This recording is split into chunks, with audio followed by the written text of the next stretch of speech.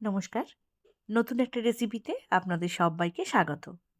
তো কিছুদিন আগেই তো ছট পুজো চলে গেল। জানি অনেকটাই দেরি হয়ে গেছে। তো ঠেকুয়া বানানো হয়নি তখন। এখন বানাচ্ছি ঠেকুয়া।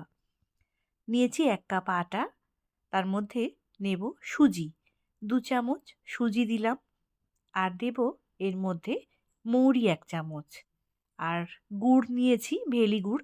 তো সেই গুড় একটু গ্রেট করে এখানে দিয়ে দিচ্ছি। ১ কাপ আটার জন্য আমি এখানে ১০০ গ্রাম ভেলি গুড় নিয়েছি। গ্রেট করে নিয়েছি। নারকেল কোড়ানো দিয়ে দিলাম ১ কাপ। আর ঘি দিতে হবে, আমি এখানে ২ চামচ ঘি দিচ্ছি। এই ঘিয়ের পরিমাণটা একটু বেশি দিলে এই ঠেকুয়াগুলো কিন্তু ভীষণ খাস্তা হয়। সমস্ত উপকরণ হাত দিয়ে আগে ভালো করে একটু মেখে নেব। দেখুন এরকম ঝুরো, ঝুরো হয়ে গেছে আর হাতের মধ্যে কিন্তু মুঠো হয়ে যাচ্ছে। এবার অল্প করে জল দিয়ে এটাকে শক্ত করে একটা ডো তৈরি করতে হবে। ঠেকুয়া বানানোর জন্য যে ডোটা তৈরি করা হয় সেটা কিন্তু একটু শক্ত তৈরি করতে হয়। আর যেহেতু এখানে গুড় আর নারকেল দেওয়া রয়েছে, তাই জল কিন্তু খুবই অল্প পরিমাণে লাগবে, হাফ কাপের থেকেও অল্প। তো এবারে ছোট ছোট করে লেচি করে নিচ্ছি। নিয়ে হাতের মধ্যে এরকমভাবে একটু চ্যাপ্টা করে নিয়ে একটা ছুরি নিয়েছি।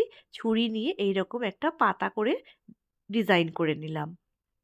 তো এই ঠেকুয়া বানানোর জন্য মোল্ডও পাওয়া যায়, কিন্তু সবসময় তো আমাদের বাড়িতে মোল্ড থাকে না, ছাঁচ থাকে না। তো হাত দিয়েই আমরা এরকমভাবে সুন্দর একটা ডিজাইন নিজের পছন্দ মতো তৈরি করে নিতে পারি। তেল এখানে রিফাইন্ড অয়েল নিয়েছি, গরম করে নিয়েছি হালকা করে। খুব বেশি কিন্তু গরম করলে চলবে না। হালকা করে গরম করে তার মধ্যে এই ঠেকুয়াগুলো একটা একটা করে দিয়ে দিতে হবে। এটা ভাজতে কিন্তু একটু সময় লাগে। ফ্লেমটাকে মিডিয়ামে রেখে এটাকে কিন্তু ৭-৮ মিনিট এইরকমভাবে ভেজে নিতে হবে।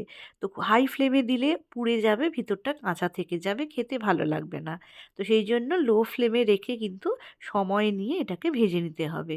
তো বিহারিদের এই যে ছট পুজো হয়, সেই ছট পুজো উপলক্ষে প্রত্যেকটা বাড়িতেই কিন্তু এই ঠেকুয়া রান্না অবশ্যই হয়ে থাকে। এটা এক ধরনের মিষ্টি বলতে পারেন বা একটা বিস্কিটের মতোও খেতে লাগে। তো আমার তো ভীষণ ভালো লেগেছে, আমি প্রথমবারই বানালাম। তো আপনাদেরকেও অনুরোধ করব একবার অবশ্যই এই নতুন ধরনের খাবারটা বানাবেন। তো যখন ভাজা হয়ে যাবে তেল থেকে ছেঁকে এটাকে তুলে নিতে হবে।